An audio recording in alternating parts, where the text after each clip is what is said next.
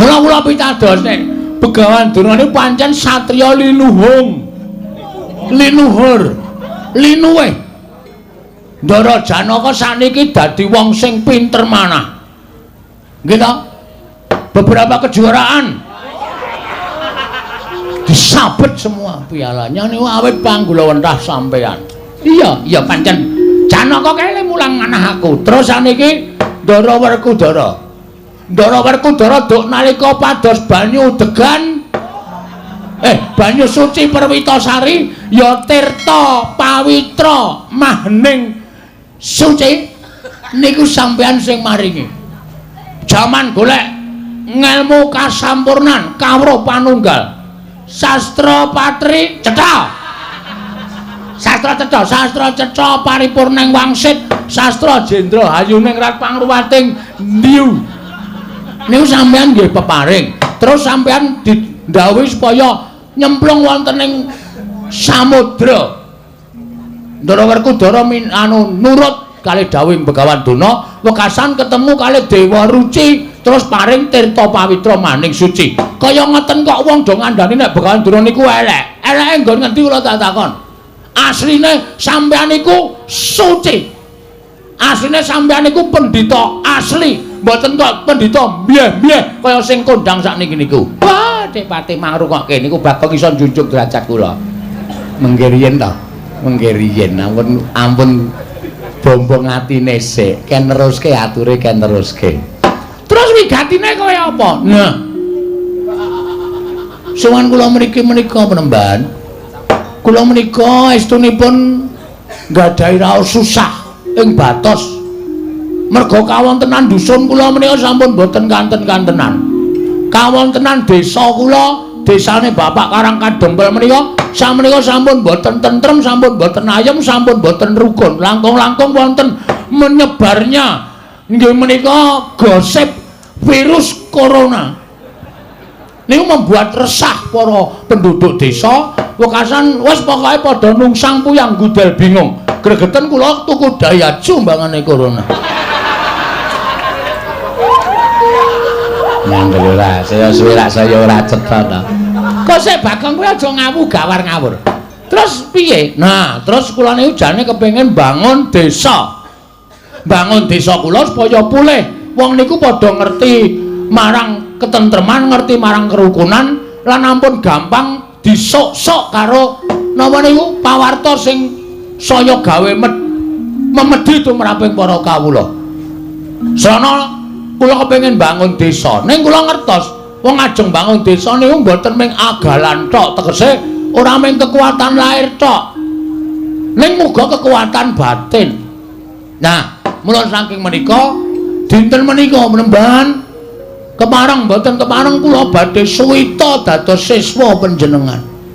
Kula dados cantrik panjenengan lan mugi paduka Sang Maha Guru kula keparenga maringana wejangan ngelmu kekuataning batin tumraping kula menapa kekuatan batin kedah kula upaya wonten pundi papanipun kula pitados kalian Penemban Durna napa sakrep pengendikaning Penemban Durna badhe kula nut kula badhe ngestokaken dawuh cekap semanten atur kula nawi wonten lepatipun anggen kula ngunjuk atur kiranging parama sastra lan kiranging basa diagung pangasami wekdal kula aturaken dhateng Bapak Pranatacara matur sembah nuwun. Piye, Kang? Mangke riyen Dipati, mangke riyen. Niki wonten srana ning sampean meneng mawon. Oh nggih. Lho, kok sik Bagong? Musuhe to karo Begawan Durna kuwi apa lahir batin? Serius. Lahir batin. Bumi langit dadi paseksen. Menawi ngantos kula mangke niku antaraning ati lan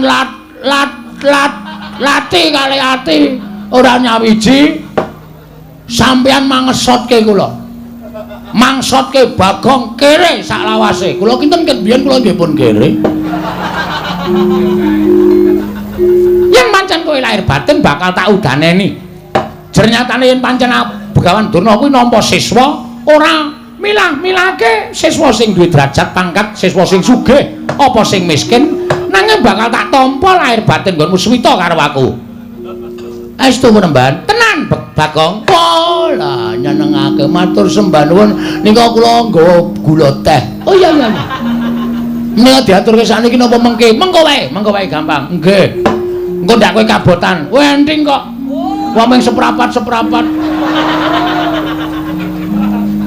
Ya wis ora apa-apa, tak tampa wong kuwi jenenge tresnane murid karo siswa. Nggih, matur sembah nuwun tanpa pepindhan.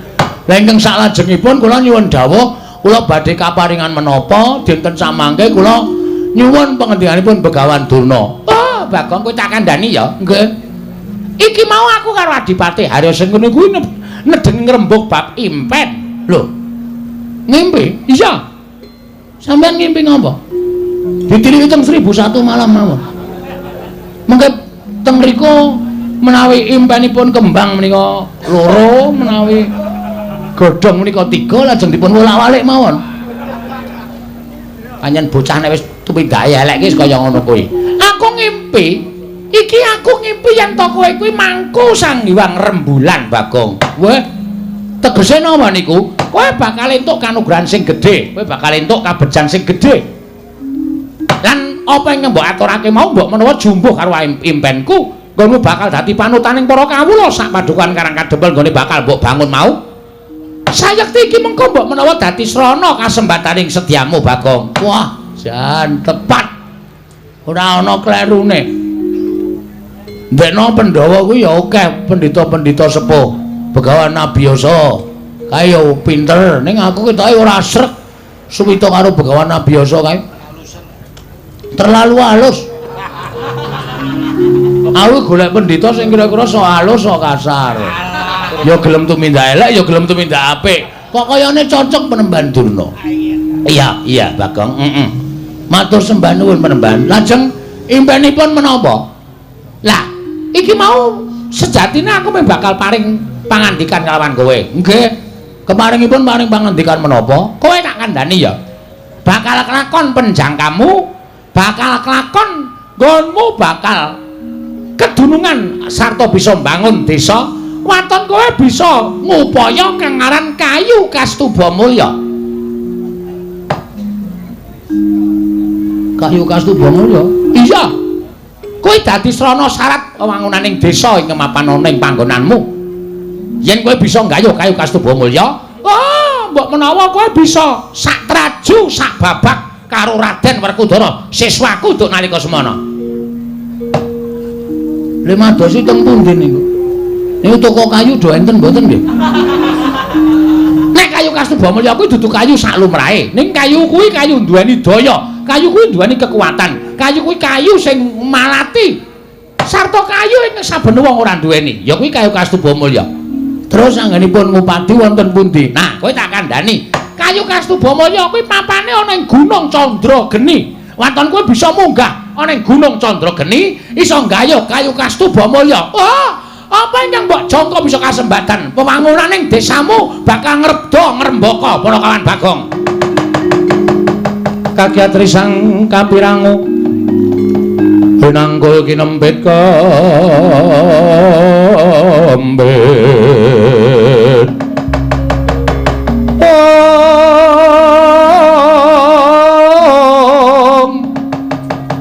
dosang reknaning bawana ya si tukang walang ati ya si tukang ngenasing tias ya si tukang kutu kering ing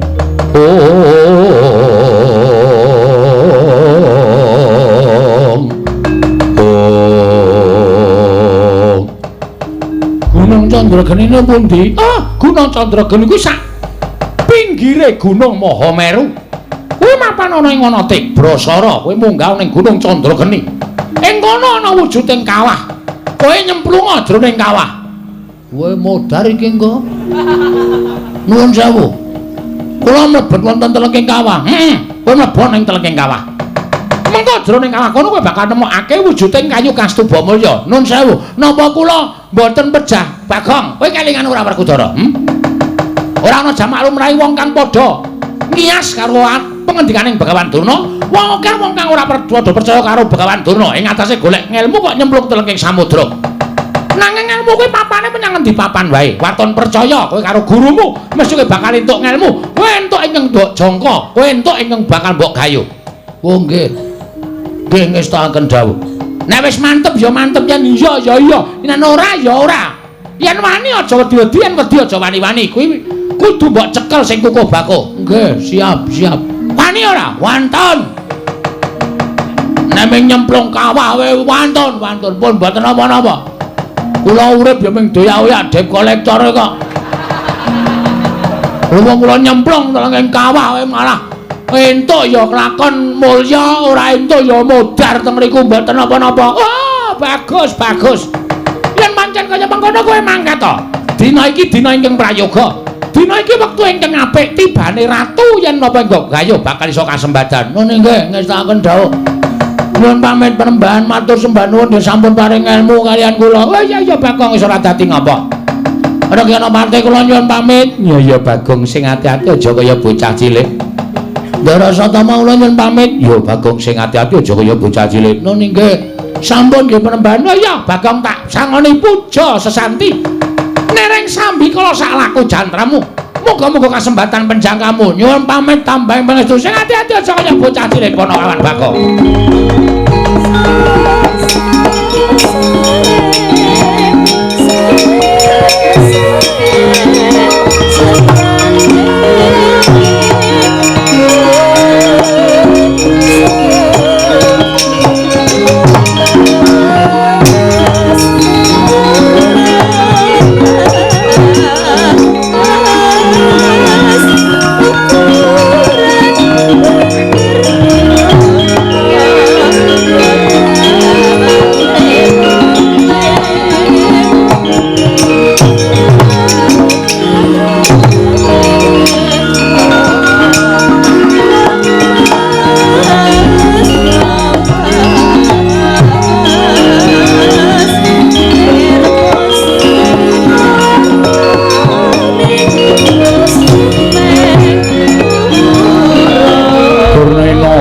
Panalingane rumajaring ratri pinenggak jangganira kapisanan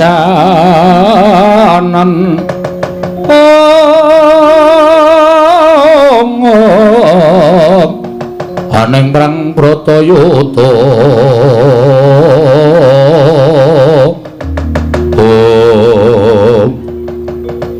Kakang Mrembandurna disuwitani abdi wae. Sampeyan le paring ilmu kok ya kaya-kayane kuwi lahir batin. Nek ngoten pancen cetha nek Kakang Mrembandurna niku lahir ndedheple teng Astina nanging batin sampeyan ngrangkul marang para Pandhawa. Oh, mangkir piye to Dipati? Mangkir piye? Sampeyan niku nek mboten ngerti niku mang takon aja sok nemtokke manut karo ati sampeyan dhewe kok ndak ora apik kedadeane. Lah nyatane kula ngerti sampeyan menehi pusaka wujuding kayu kastuba mulya. Nuwun sewu, kayu kastuba mulya niku kaya ngapa kaya ora tau weruh. Lah kok iso ngandhake papane. Sampeyan wau kula rak pun jawil karo sampeyan to, Di. Pang meneng mawon iki enten srana. Sampeyan ngerti mboten Bagong niku sapa? Bagong niku anake Semar. Monggo Bagong niku ora kedadean saka sing gawe urip niku mboten. Nanging Bagong menika dumadi saka ayang-ayangane Semar. Mula Semar nika pancen kondang ora duwe ayang-ayang, mergo ayang-ayangane Semar niku dadi wujuding Bagong. Dadi nek Bagong niku mengke tekaning pati, Semare mesti uga bakal nelongso atine. Gedhe-gedhene bakal tekaning pati Dipati.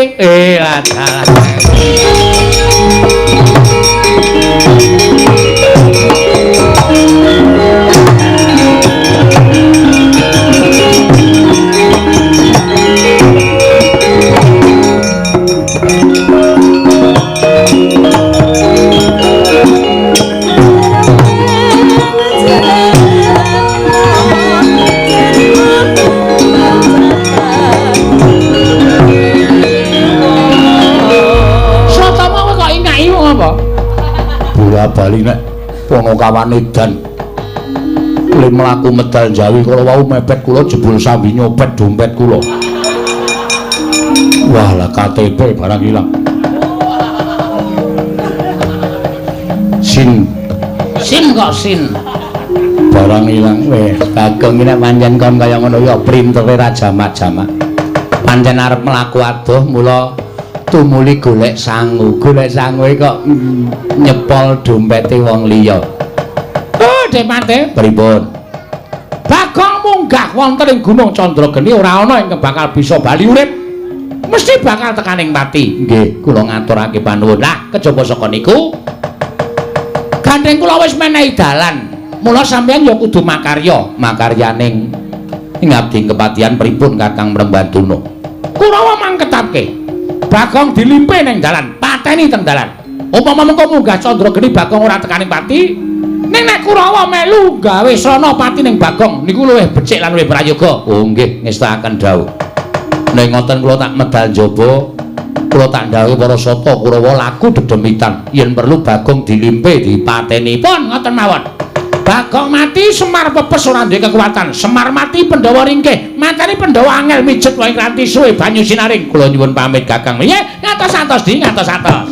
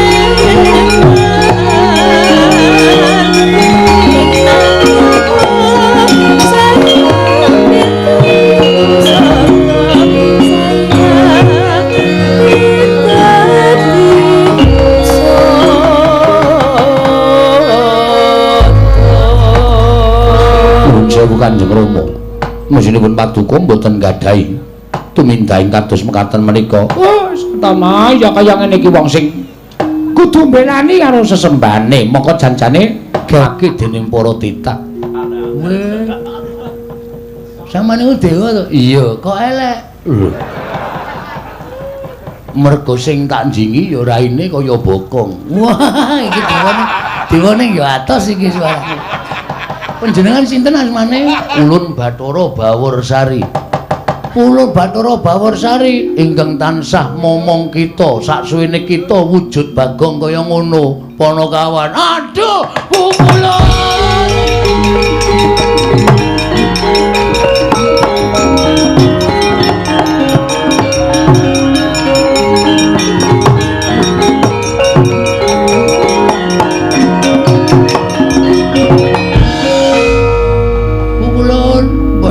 Bilih paduka tansah momong dhateng jagat kula. Kula ngantoske calon kiblat pukulun. Kula suwita dhateng Begawan Durna, kula niku urip bingung. Kula arep ngopo, arep kepiye, kudu apa sing tak tindakke. Jebul kula koncatan panjenengan. Panjenengan membo dados yaksa. Pancen ulun ingkang tansah gawe lelakon kita, Bagong. Waduh, aduh. Ngaturaken panuwun pukulun dene sampun manggi kelawan Pak ingkang abdipun Bagong. Iya, Bagong. Kaya ora dadi ngopo. Lan sumurupa ulun mrepeki kelawan jeneng kita wujud yaksa mau sayekti ulun ngerti laku jantra kita.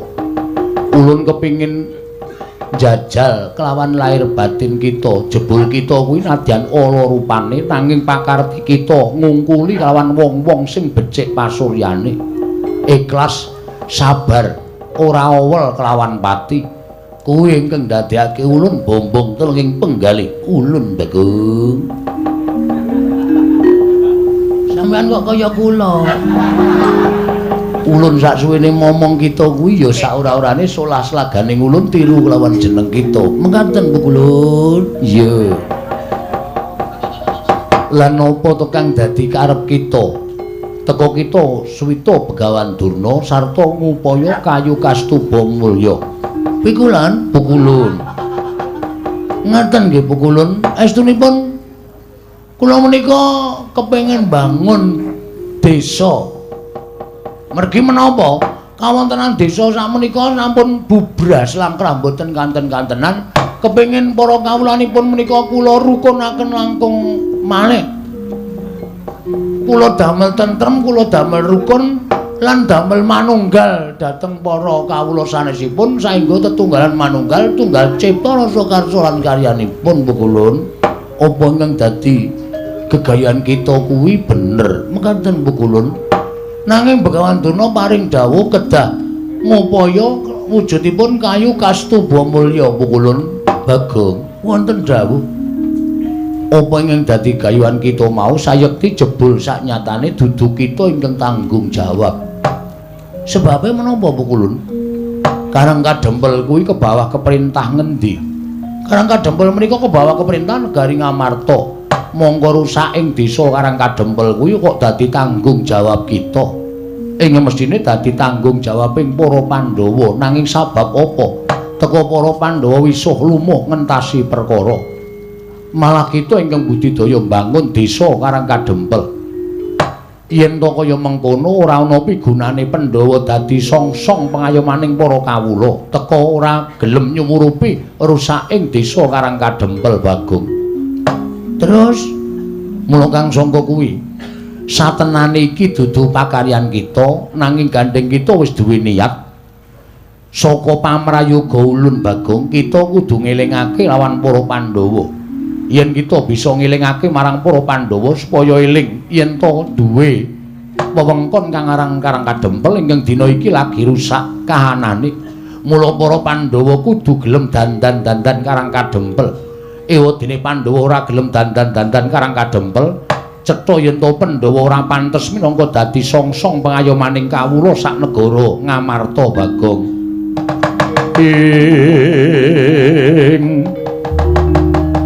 Kagiat risang kapirangu rinangkul kinampit kambeda sang reknaning bawana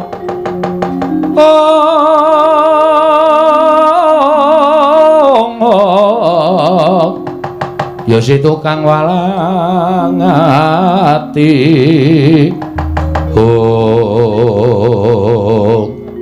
mekaten pukulun iya lajeng keparingipun apa ingkang kita upaya kayu kastuba mulya bakal ulun paringake lawan jeneng kita Bagong dadi syarat wangunaning desa Karang Kadempel. Nanging sadurunge kita ndandani desa Karang Kadempel luwih dhisik elingna para Pandhawa. Ora jeneng kita wani lan para Pandhawa nanging ngelingake sabab piyayi sepuh padha ngendikake wong kang pinter padha ngandhakake sak apik-apike wong isih eneng alane. Saala alaning menungsa isih kedunungan rasa apik. Mula gandeng Pandhawa kuwi wong satra ingkang ngateken ati suci pepayung budi rahayu.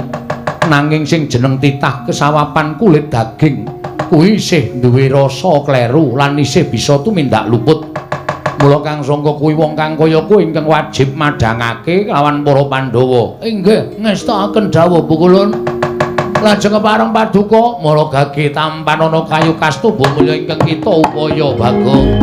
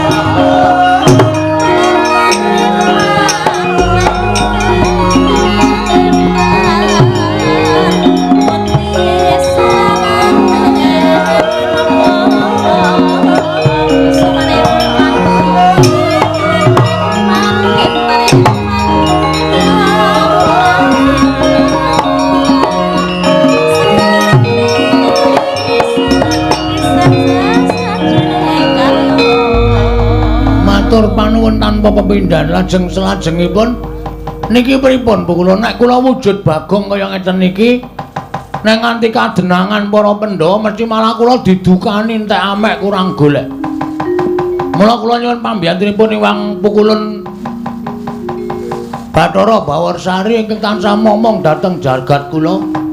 Kula nyuwun senjata pitulung supados kula mboten wujud Bagong. Kita bakal ulun dandani tanpa beda kelawan kaya ulun nalika semana. Wujud napa Pukulun? Celeng. Kudu. Wujud buta Bagong. Wujud buta kados panjenengan kala wau. Iya Bagong. Sawise kita wujud buta, ulun bali lawan jagat kita. Ulun bali momong lawan kita Bagong. Nggih, ngestaken dawuh lan dadi pangertenmu. Yen to niyate Durna lan Kurawa kabeh mau sayekti ora kok bakal maringi bebungah wujuding kayu kastuba mulya. Nanging mun dadi srana nggone bakal padha kepengin gawe patimu. Sabab kita kuwi dumadi saka ayang-ayangane Semar. Ulun ingkang diutus dening Sang Hyang Jagat Giri Pratingkah kinen manjalma wujud titah saka asal mulane alan ayang-ayanganing Semar Badranaya. Mula kita ulun dandani wujud yaksa kaya ulun alun bali manjing anggo kita. Nune nggih ngestakaken dawuh sawise kaya mengkono kita budhal marang Praja Ngamarta. Barang wamuk ning Praja Ngamarta. Wah mengke nek wong-wong Pandhawa mboten wonten sing ngalahke kula, aja kuwatir. Iki dadi sarana Pandhawa eling kelawan desa Karangkadempel supaya Pandhawa uga mbantu kelawan nggon kita duwe niat bangun Karangkadempel. Ngestakaken dawuh Pukulun. Megenga napas sawetara Panakawan Bagong. Tan samar pamoring sukma sinukmaya winah ya ing asepi. Sumiben telenging kalbu pambukaning warana. Oh.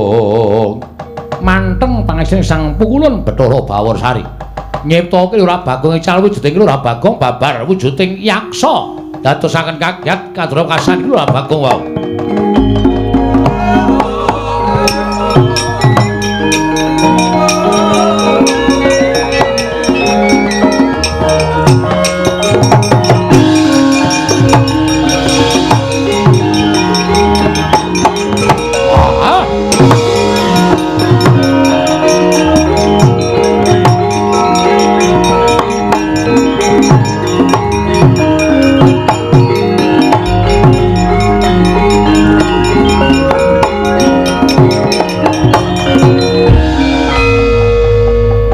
Wis wujud bali kaya asal mula nalika ulun mimba yaksa. Nggih Pukulun.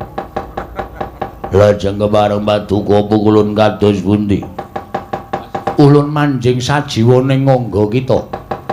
Kanthi wujuding kayu kastuba kila bakal dadi wong kang digdaya sekti kalintang jayaning perang. Tumuli budhal marang negara Ngamarta. Elingna para Pandhawa yen to Pandhawa duwe kewajiban uga mbangun desa. Ora mung Karangkadempel nanging desa-desa ing menapa dadi wengkoning negara Ngamarta kuwi wajib digatekake dening para Pandhawa. Iki ngestakaken dawuh Pukulun monggo latri manjing angganipun ingkang abdi kosih. Kita arep nganggo jeneng sapa? Waduh la menika ingkang repot. Dipun keparengaken kula menika wujud buta, kula badhe mawi tenger dedya buta galak. Nganggo jeneng sing apik Bagong. Nggih kula bingung mawi nami napa. Jajal Werka. Wah menawi jajal kudu tumbas. Jajal kok ora tuku aja ngecul. Ulun dudu panggeculan. Ulun manjing anggo kita. Inggih ngestakaken dawuh Pukulun.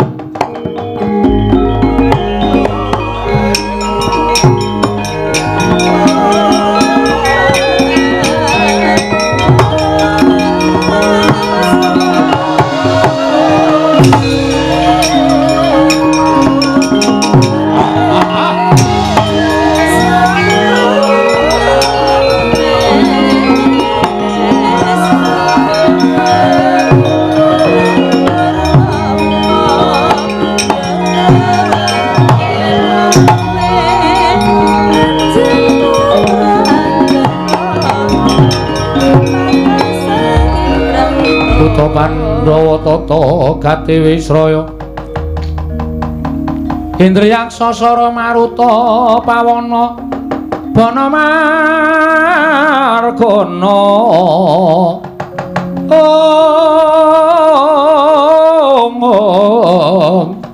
Samirana lan warayang misikan magulingan lima ladala panjen bener ngendikaning wangadi ibu kula ingkang dawuh kelawan aku yen to sejatine iki dudu kewajibanku nanging nggonku tresna kelawan desa karang kadempel nganti tak rewangi ketuyung-tuyung kaya ngene awakku bareng ketemu Iwang Pikulun Bathara Bawarsari dadi dalan nggonku bakal ngelingake marang para Pandhawa. Pandhawa, aja banget-banget nggonmu enak-enak lungguhan sira tumpang kendangan dengkul. Ora nggatekke karo kawulamu, Kiwa tengening negara Ngamarta butuh mbok gatekake. Butuh Sra Kyai Prabu. Malah saking pamrayoginipun ingkang Raka ing Dwaraka monggo gandeng sakmangke ingkang Raka sampun sowan wonten negari Ngamarta menapa boten langkung prayogi menawi Pandhawa tetinju dhateng Karang Kadempel Yayi. Rekat lampahing rata tanpa antara prapteng sukuning arga ram kang tuminga dendeng saengga praja busekan kang pratangga busekan kang pratangga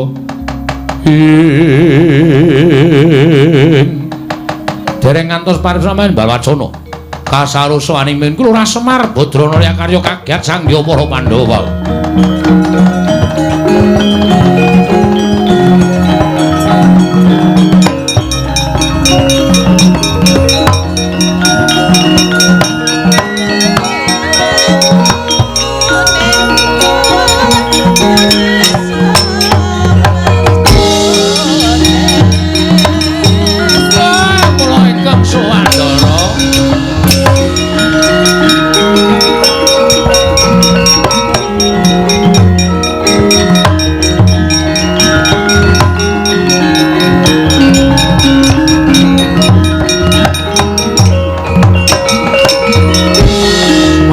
Den mrayitna semuriris eka balik titiyane gandayane Kakang Semar ning apa malah kepasang yogya katuju ingin udene dina samengko Kakang Semar nedheng dadi pirembaganing negara Ngamarta malah dina iki tumuli sowan marang Praja Ngamarta.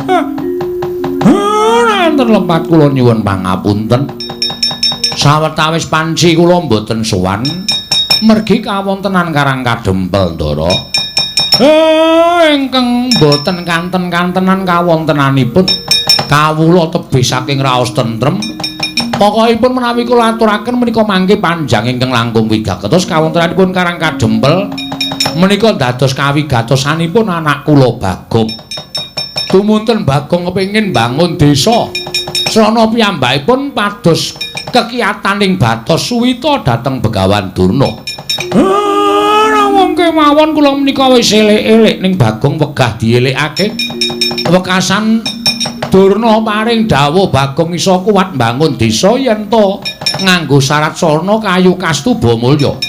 Ngendikanipun Pendhita Sokalima kudu golek eneng nginggiling Gunung Candrageni, Bagong kudu nyemplung telenging kawah. Ning kula ngerti kabeh niku pancen pangreka dayaning Kurawa ingkang duweni watak angkara budi candala.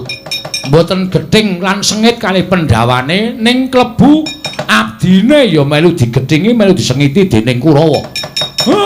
Petruk wadul kalih kula nek Bagong kena pusakaning Kurawa. Kendang kapracondang kontal kaprapal sak menika mboten dipun mangertosi wonten papundi papan dunungipun Ndara.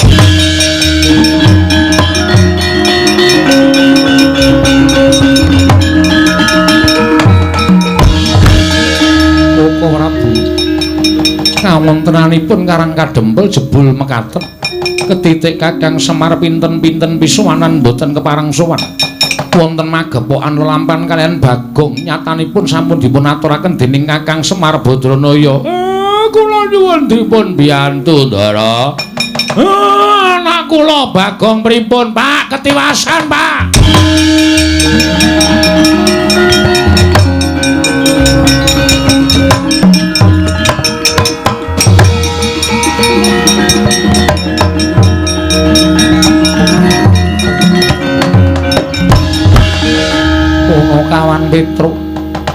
mlayu ya gene. Matur Ndara Puntadewa sewu kelapatan diagung pangaksami. Nedhengipun kula tenggo wonten alun-alun negari Ngamarta mboten wonten sangkan paranipun dugi.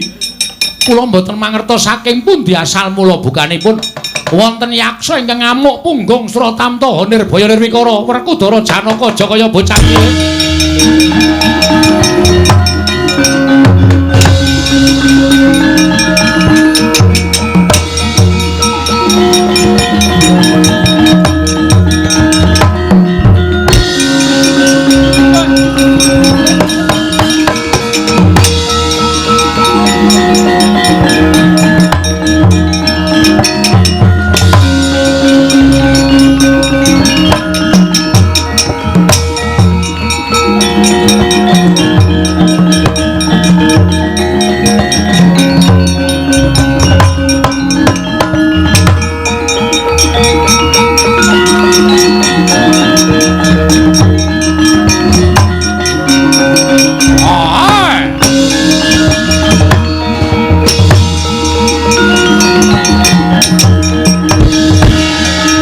Gansing langit kelap-lapaton lirgin sanging risang mawe gandrung buta tanpa sangkan marat wani ngamuk ning negara Ngamarta sapa Jajal Werka. Hah? Kowe sapa ngaku Raden Janaka? Kowe ngerti karo aku? Aja kok kowe bapakmu aku ngerti, maratuamu aku apal. Bojomu aku apal, anakmu aku apal, bojomu nang tintiting tretek. Ana. Buta nggugu arepe dhewe gawe wiranging Janaka pecah siramu. Ah, pecah genti kowe. Kowe. Ah. Ah.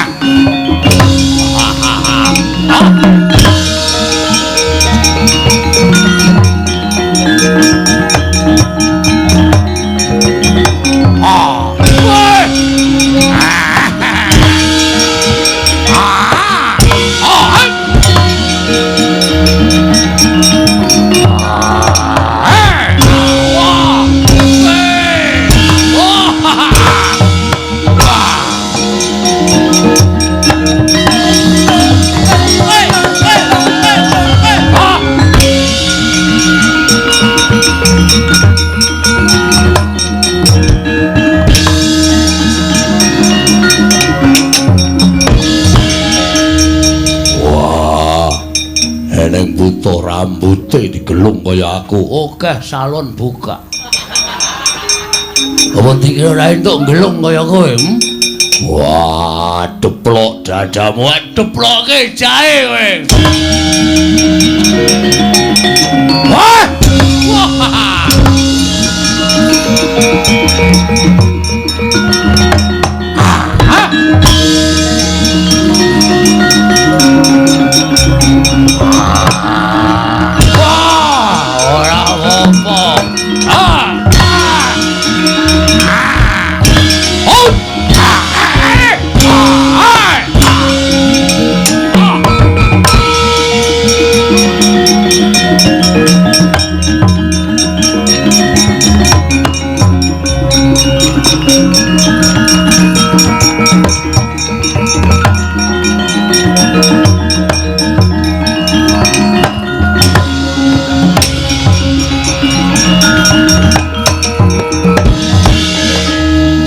Werkudara kalah kok ora buka singgian butane ampuh lehku serik rambute kaya aku.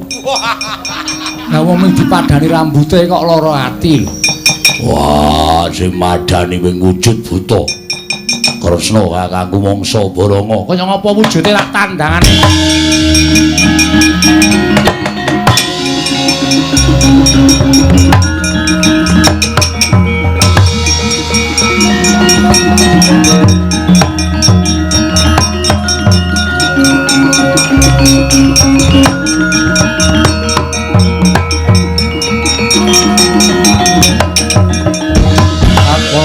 Kresna tantulursa mring Sang Resi Jahnawi Suta ing jagat Dewa Bathara jagat Pangestungkara kena dayane apa lah kok dadi iso wujud buta kaya mengkono kowe.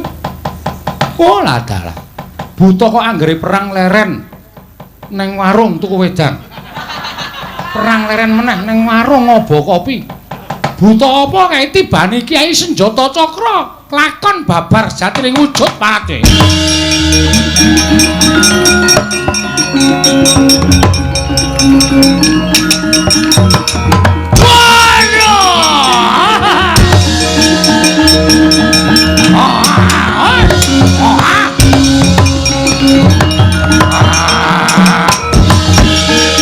Suramrata, Jayamrata imbang yen padha-padha. Wis malih aku. Wis ngono kok. Apa? Wah, badar iki. Ora kowe kok dadi buta barang ngopo? Protes. Lho. Protes karo sapa? Demo. Dalam rangka ora trima. Karo sapa? Pandhawa. Kon tengan kene. Dokon rawa mrene, aku arep matur karo Pandhawa kabeh.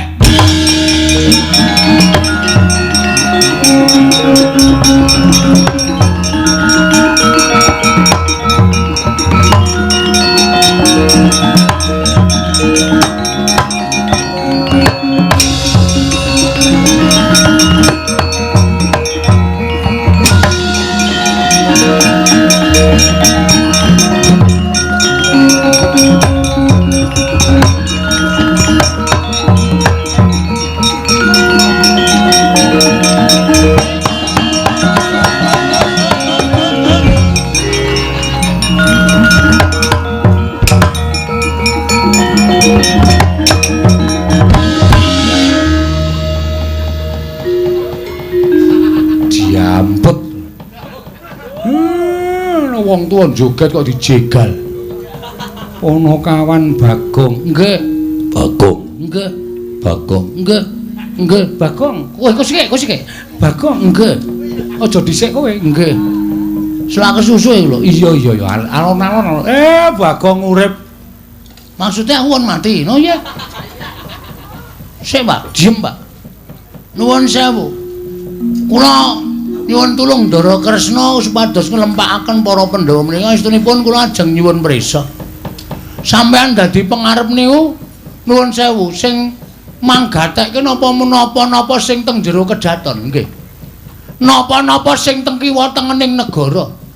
Sing nang Karang Pradesan sing nang gunung-gunung ora tok gatekke. Ya ngono kuwi napa pripun minangka dadi pengarep. Kudune sampeyan niku adil. Kudune sampeyan niku tansah tedhak niti priksa dhateng para kawula. Kula kandhani nggih, Gus. Karang Kadempel niku awane werna-werna. Kawulane aja ora rukun, kabeh ora tentrem. Mula nganti kula tak rewangi lunga saka Karang Kadempel pamrih kula. Nek Semar niku wis ketuwan kon bangun. Mula sing kudu bangun nggih anak-anake niki. Ning kula iso apa nek mboten nonton pambiyantune ndara-ndara kula Pandhawa. Kula niku mung masyarakat lemah. Kula niku mung wong cilik. Kula niku mung batur.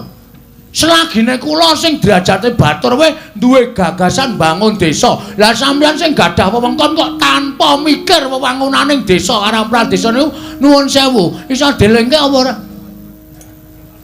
Nek ora iso delengke ora masalah. Tak bangune dhewe. Ning kula ora arep suwita karo sampeyan. Kula ora arep suwita karo ndara-ndara Pandhawa. Saniki sampeyan penak, saniki sampeyan iso lenggah duwe derajat, duwe pangkat. Kok terus ora nyawang isor, sing mangsa wang dhuwur terus. Mengko nek klilipen ngrekoso lho sampeyan. Ngoten. Napa-napa sing dumadi enten ngandhap niku manggatekke. Ngoten. Karang Kadempel niku bapak ya iso apa wis tuwa. Bapak niku bangun kayangan wis ping pira ya, Pak ya? Heeh. Bangun kayangan, bangun SPBU. Bangun taman pariwisata nggih to, Pak? Heeh. Wis kesel bapak niku lho bagiane Bagong bangun desa. Ning nek Bagong ora dibantu sampean-sampean ora bakal Bagong nglakon bangun desa. Lah manunggaling sampean minangka Gusti kula kalih para kawula tetunggalan manunggal iso bangun desa mujudake rakyat ingkang tentrem ayem manunggal rukun tunggal cipta rasa karsa lan karyane mujudake negara ingkang adil makmur warata tias bagya mulya mengkono. Nek kula ora wani matur ngenten iki sapa sing arep wani matur kaya ngenten iki? kula minangka dadi wakiling masyarakat nyuwun karo sampeyan mawi sesandheyan kalih para masyarakat kawula alit bangun wewangunan, bangun desa, bangun kutha supaya kabeh katon sae, katon endah, katon becik, katon ayem lan katon tentrem. Mengko ndak salah sampean dirasani kawula lho. Nek wis kebacut ngrasani, wah wis saya tipis kapercayaning kawula karo sampean, saya ngrekoso sampeane dadi Nalendra Ndara.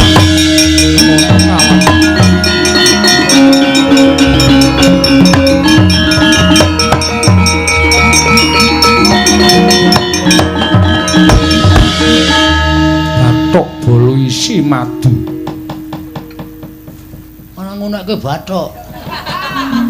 Kowe iki dialem bathuk bolo isi madu, rupamu elek nanging pikiranmu kuwi becik, atimu becik. Matur suwun. Kula mboten butuh pangalembana. Ning kula butuh kesaguhan sampeyan, kesanggupanipun Ndara-ndara supaya mbangun desa sareng kaliyan kula. Bagong bakal ndak sengkuyung. Bagong ndak sengkuyung lahir batin. Ana kawan Bagong ndak sengkuyung lahir batin. Ana kawan Bagong aku ya nyengkuyung lahir batin. Anak sing ngerti karo wong tuwa ki meng kowe. Meng kowe, Bagong. Aku ora butuh gareng.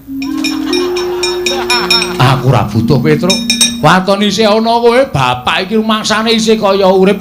Kowe kuwi elek rupamu ning aten-atenmu lah kok.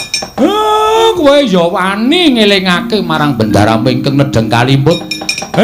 Tole muga-muga klakon penjangkamu pono kawan.